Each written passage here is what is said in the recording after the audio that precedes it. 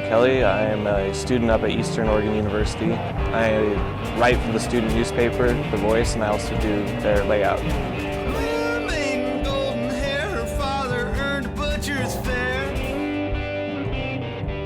My New Year's resolution this year was to read at least one book a week.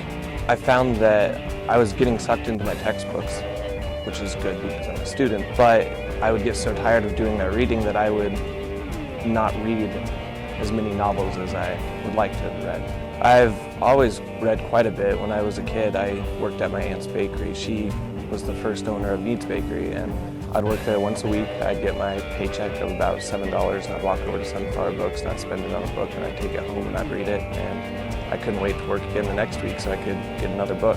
I love to read, and I always have. Even though I'm going to keep doing my homework, I also need to be reading pleasure books too. And so far, it's turned out to be a pretty good antidote to the boring books, I guess you'd call them, that I have to read for school. Hi, I'm May, and I'm a graphic designer and artist. I decided to do a New Year's resolution to draw every day, and to keep me on it, I've been taking pictures of my drawings every day since January 1st and uploading it to my Flickr account. Since 2007, I was keeping a visual journal, but I've been keeping that to myself. This year, I want to share my art with the world.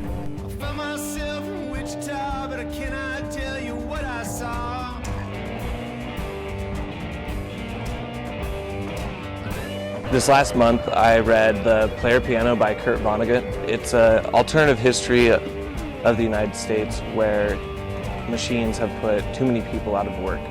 The next book I read was The Girl's Guide to Hunting and Fishing, and I thought it sounded kind of silly, but it turned out to be short stories all about one girl growing into womanhood and her different experiences around the world and the trials and tribulations of life. It's well worth reading. Next book I read was called Brief Encounters with Che Guevara. It's all about moments of humanity where personal gain have been pushed aside in an instant just for this person to do what they can to help other people. The fourth book I read this month I don't have with me.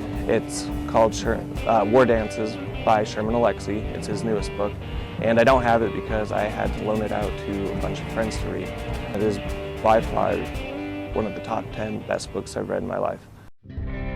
I originally come from Southern California, and I moved here in Grande in the end of July. I've been drawing since as long as I can remember.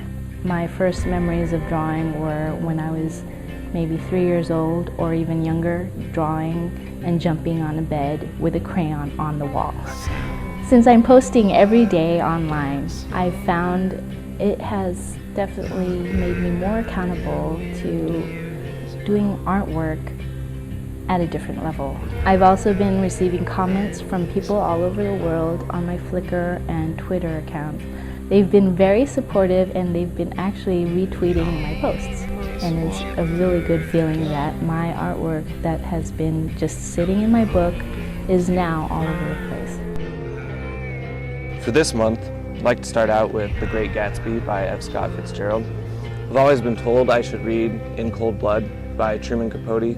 After reading The Player Piano by Kurt Vonnegut, I decided to read his book Bluebeard. The final book I'll be reading this month is Sometimes a Great Notion by Ken Kesey. I have read it before, and it's one of my favorites, so maybe it's cheating a little bit for my New Year's resolution, but I'll still read it.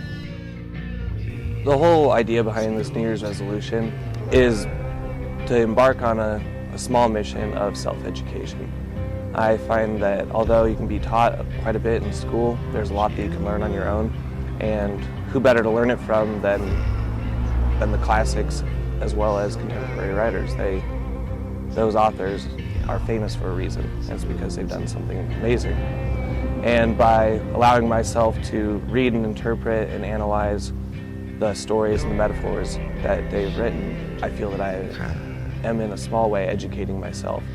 And so by the end of the year, I hope I will have a little more education through my personal ambition. By the end of the year, I hope to get more exposure to my artwork and also more confidence in my unique style to make paintings and artwork that I can hang on the wall and also sell. I wanted to have a new challenge for myself, a new creative challenge for 2010. And I also want to inspire other people to challenge themselves, to make themselves better and to be more creative.